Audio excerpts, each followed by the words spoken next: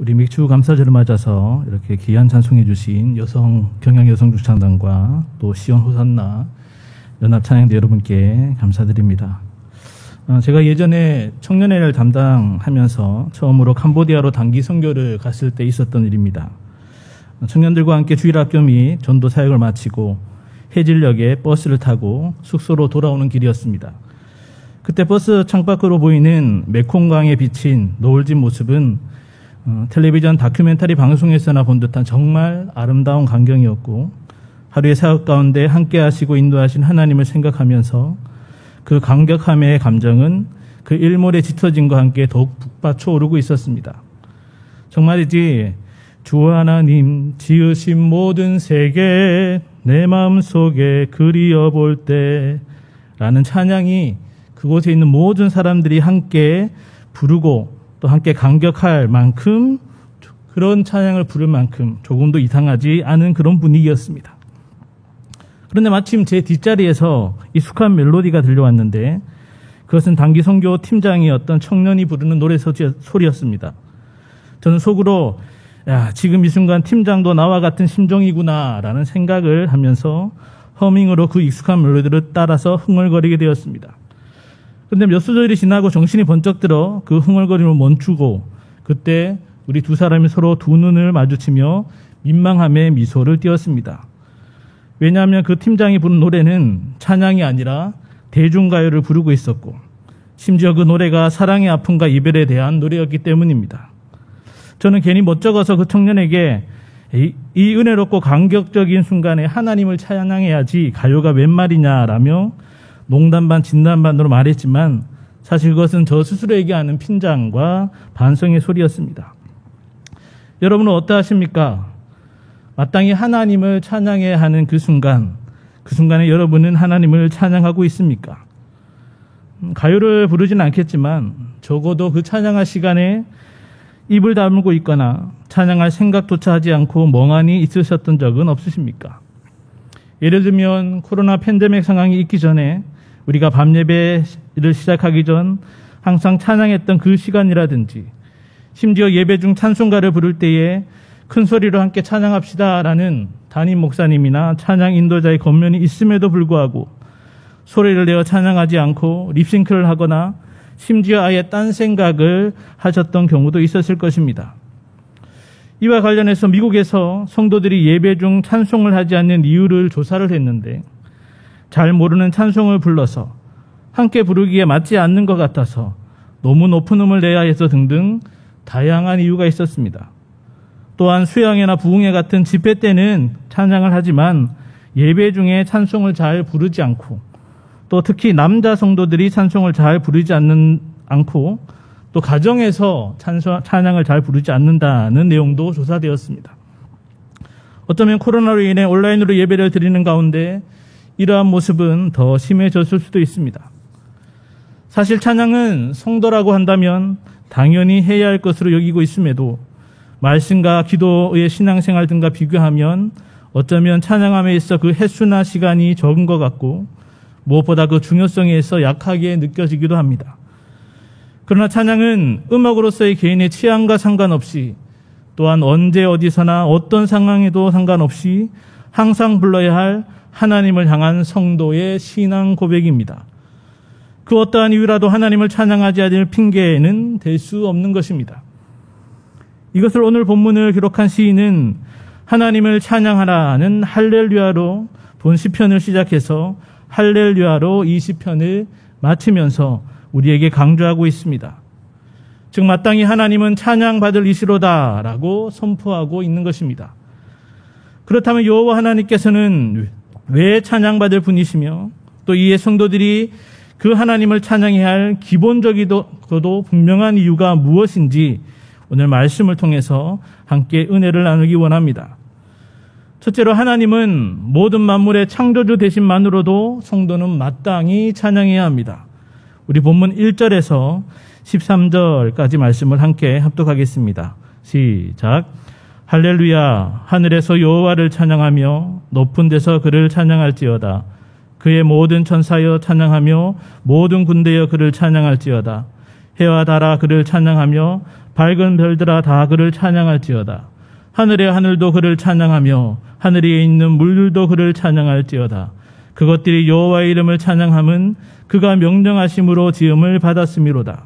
그가 또 그것들을 영원히 세우시고 패하지 못할 명령을 정하셨도다. 너희 용들아 바다여 땅에서 여호와를 찬양하라.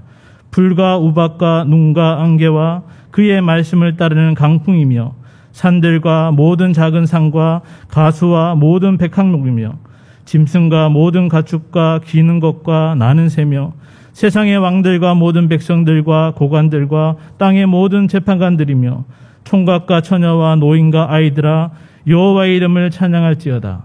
그의 이름이 홀로 높으시며 그의 영광이 땅과 하늘 위에 뛰어나심이로다. 아멘. 할렐루야, 즉 하나님을 찬양하라고 선포하고 강권하고 있는 시인은 하나님을 찬양해야 할 대상이 누구인지 창세기 1장에 나오는 천지창조의 순서대로 알려주고 있습니다. 시인은 먼저 하늘에서 또 높은 데서 여호와를 찬양할지어라고 했습니다. 여기 하늘과 높은 것은 영적 존재들이 있는 장소와 더불어서 태양과 별 등 우주 전체의 공간을 말하는 것으로, 즉 천상에 존재하는 모든 것들은 하나님을 찬양해야 함을 말하고 있습니다. 특히 시인은 그 천상에 존재하는 것들 중 하나님과 가장 가깝다고 할 수 있는 모든 천사와 그 천사의 무리인 모든 군대에게 하나님을 찬양하라고 명령하듯이 권면하고 있습니다.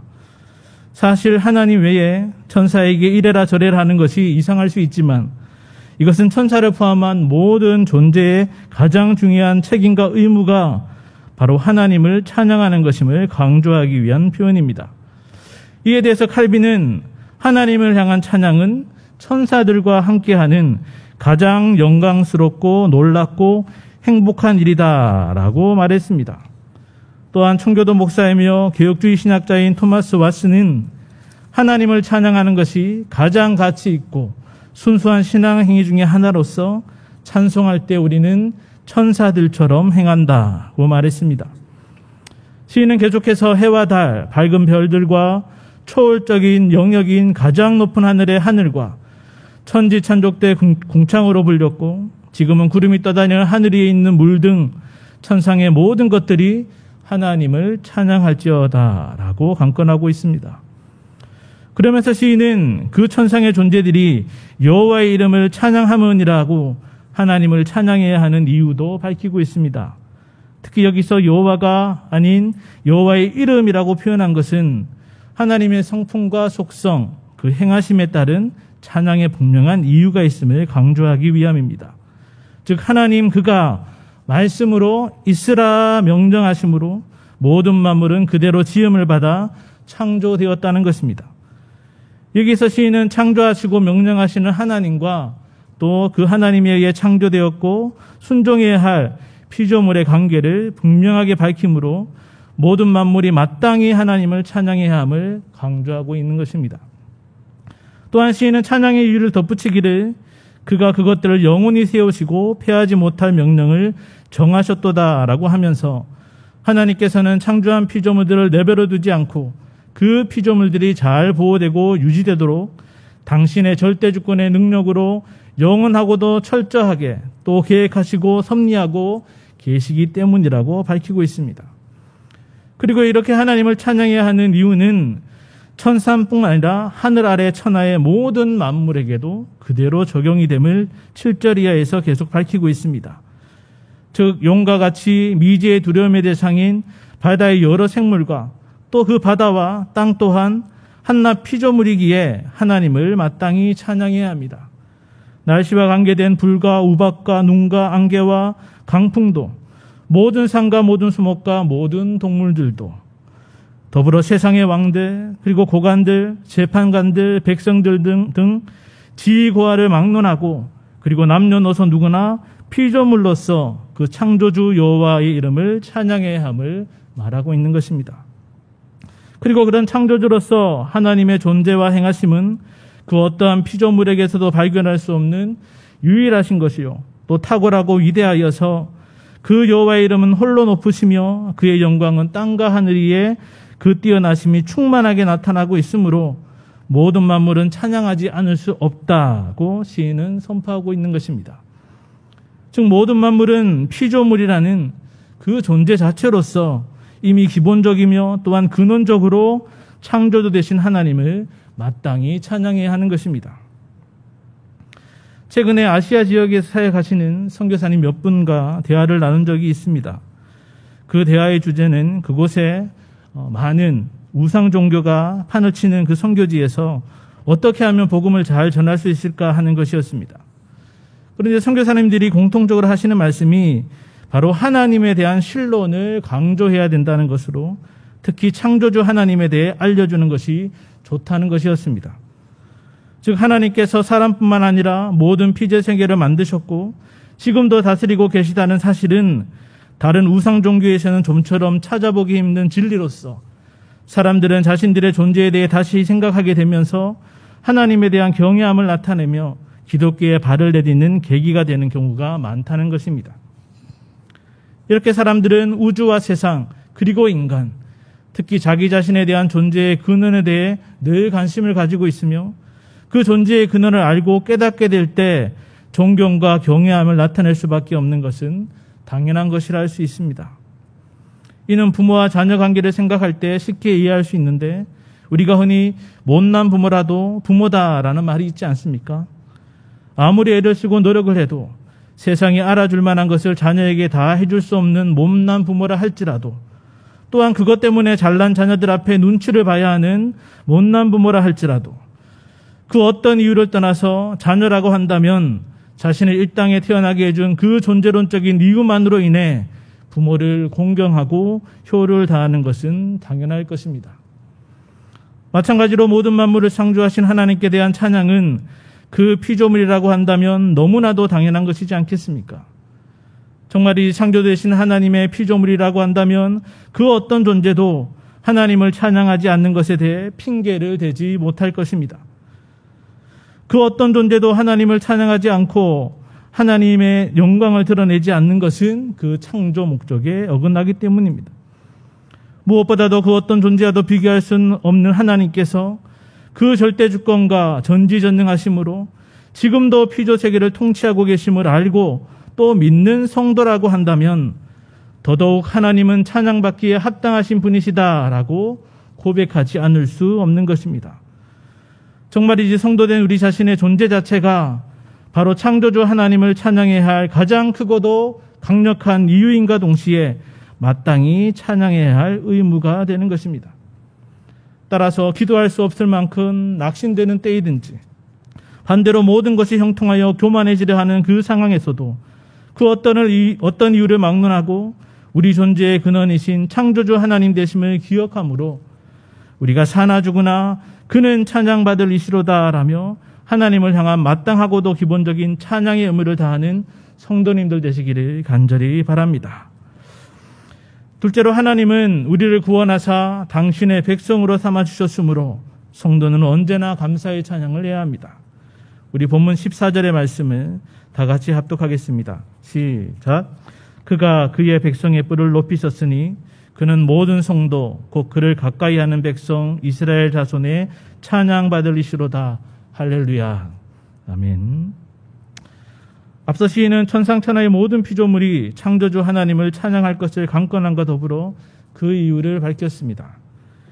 이제 시인은 그러한 기본적이고 근원적인 차원을 넘어 하나님께 찬양을 올려드려야 할 특별한 대상과 그 특별한 이유가 있음을 마지막 14절에서 밝히고 있습니다. 그것은 그가 그의 백성의 뿔을 높이셨으니라는 것입니다. 여기 그의 백성이라는 말은 하나님께서 특별히 구별하여 선택하시고 그 사랑과 자비를 베푼 존재인 이스라엘과의 관계를 표현한 말입니다. 즉 모든 피조물의 창조주여 주인 되신 하나님에게 있어 이스라엘은 그 무엇보다도 귀하고 특별한 당신의 소유된 백성임을 강조하고 있는 것입니다. 이는 하나님께서 그의 백성된 이스라엘의 뿔을 높이셨다라는 표현에서 더욱 구체적으로 드러납니다. 여기서 뿔은 힘과 또는 승리, 구원, 영광 등을 의미하는데 그러한 뿔을 높이셨다는 것은 이스라엘 백성들을 애굽의 종살이와 바벨론의 포로로 생활해서 건져내고 회복시키고 또 지켜주셔서 승리케 하시고 구원하셨음을 말합니다. 이것은 궁극적으로 죄로 말미암아 영원한 형벌 가운데 죽을 수밖에 없는 인생을 예수 그리스도의 십자가 보혈의 공로로 구원하시고 더불어 하나님의 자녀로 삼으사 그 아들 예수 그리스도의 유업과 권세를 누리는 하나님의 영광스러운 백성으로 삼아주셨음을 말합니다. 또한 시인은 그렇게 하나님의 구원의 은혜를 받아 하나님의 소유된 백성들을 모든 성도라고 특별하게 부르고 있습니다.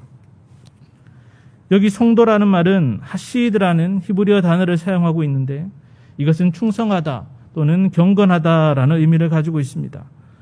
즉 하나님의 특별한 사랑과 은혜와 자비하심으로 구원함을 받은 이스라엘, 그 백성, 모든 성도들은 그 구원의 하나님에 대해 충성스럽고 믿음직한 모습과 자세를 가져야 한다는 것입니다. 그리고 그렇게 충성과 믿음을 견지한 성도들은 곧 그를 가까이 하는 백성이라고 부연 설명해 주고 있습니다. 여기 가까이 하는 백성이란 말은 하나님과 성도가 마치 가족같이 아주 가깝고도 사랑스러운 관계임을 표현한 것입니다.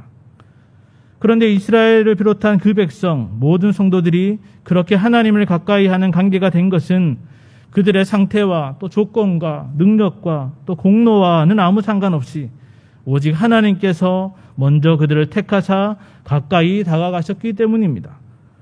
그리고 그들의 죄악으로 말미암아 하나님과 가로막힌 당까지도 그 아들 예수님의 십자가 대속을 통해 허무심으로 그들이 하나님께로 담대히 가까이 나와 친근할 수 있도록 하나님께서 은혜와 사랑과 자비를 전적으로 베풀어 주셨기 때문입니다.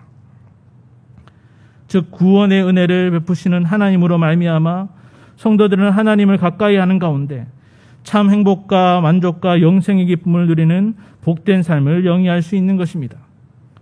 이렇게 모든 피조물 가운데 특별히 하나님께서 친히 택하시고 구원의 뿔을 높여주심으로 당신의 소유된 백성이요 친근한 성도로 삼아주신 하나님의 사랑을 알고 그 구원의 은혜를 깨달아 믿는 성도라면 그 백성들을 향한 하나님의 인자와 자비와 그 사랑에 한 사람도 예외 없이 모든 성도가 구원의 하나님 그는 찬양받을 이시로다라고 주체할 수 없는 특별한 감사의 찬송을 날마다 올려드려야 하는 것입니다. 얼마 전에 무브 투 헤븐이라는 드라마를 본 적이 있습니다.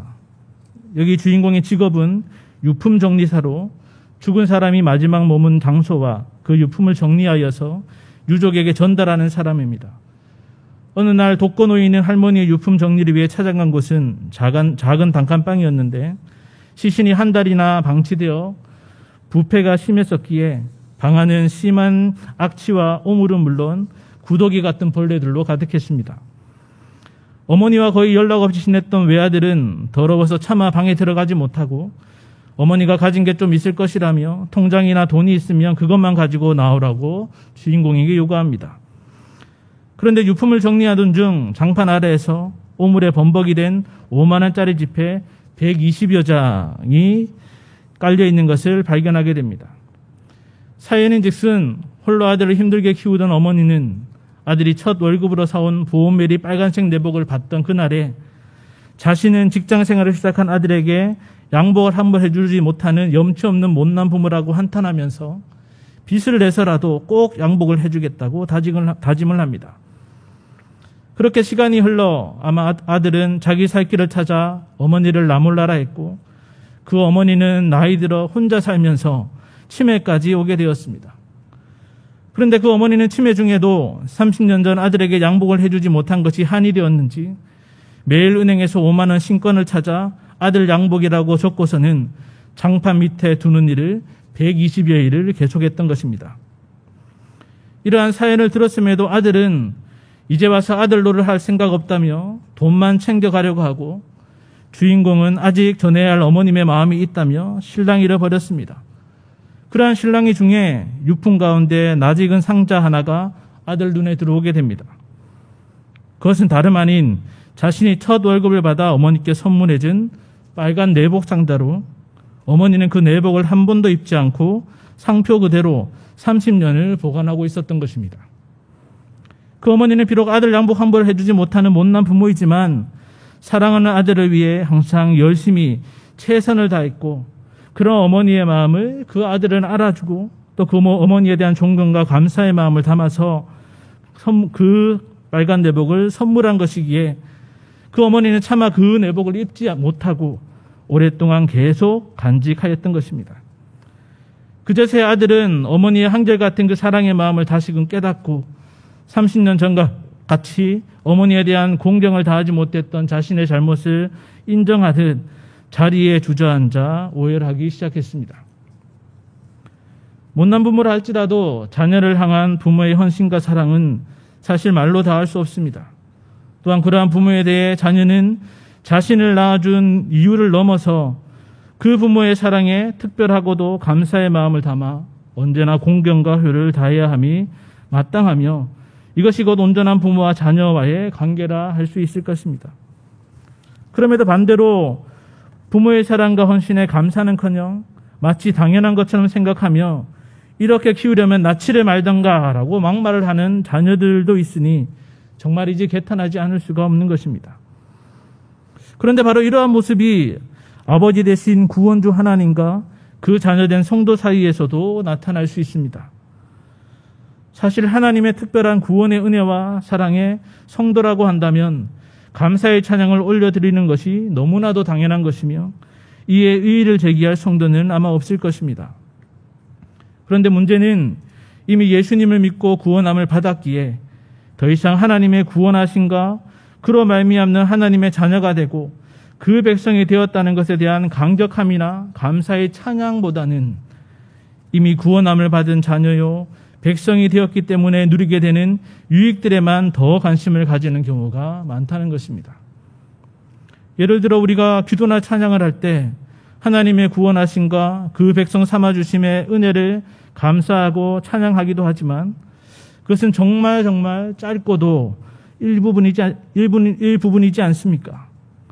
오히려 우리는 우리의 기도에 응답해 주시고 우리가 원하는 필요를 채워주시고 우리를 보호하고 지켜주시는 하나님께 더 많이 감사하며 더 많이 감사 찬양하며 그런 하나님을 찾고 있는지도 모릅니다.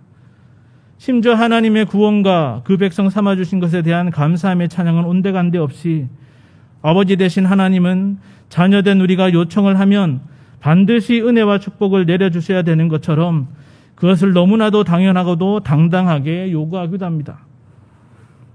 그러다 하나님의 기쁘신 뜻 가운데 우리가 원하는 시간이나 원하는 대로 되지 않고 예상하지 못했던 어려움에 부딪히게 되면 어떻게 되겠습니까?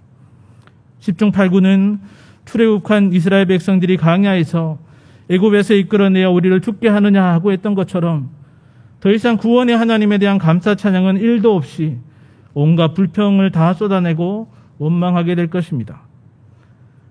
이러한 성도들에게 구원의 하나님을 찬양합시다 라고 한다면 내 소원을 아뢰는 기도할 시간도 없는데 무슨 찬양이냐고 말하지 않겠습니까? 상황이 너무 힘들고 어렵고 되는 일도 하나도 없는데 무슨 룰루랄라 감사 찬양이냐고 그렇게 말하지 않겠습니까? 물론 인자와 자비가 풍성하신 아버지 되신 하나님은 당신의 자녀의 백성에게 언제나 가장 좋은 것들로 베푸시는 분임에는 틀림없고 그러한 은혜에 감사해야 함도 당연합니다.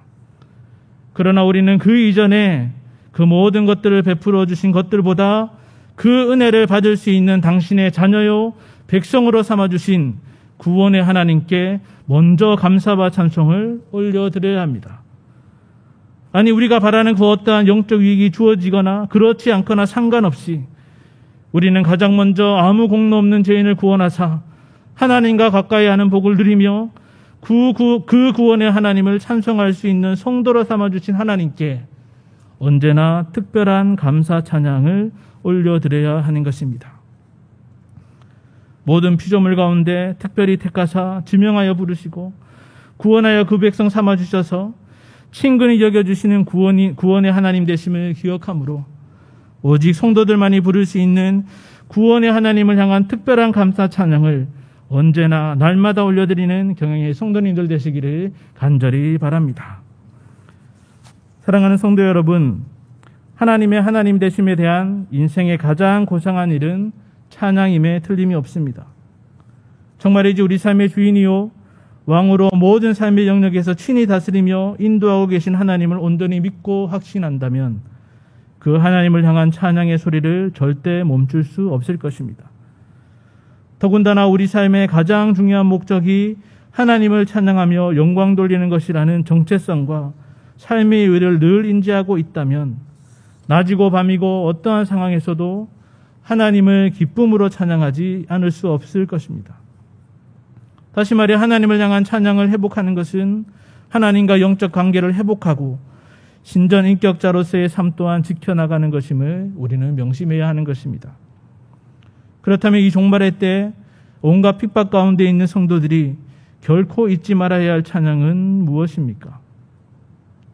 그것은 온 우주 만물이 장엄한 교향곡으로 연주하는 창조주 하나님을 향한 찬양입니다. 또한 그 교향곡 가운데 성도들이 마치 곡 중에 솔로로 노래하듯 더 특별하고도 아름답게 부르는 구원주 하나님을 향한 찬양입니다.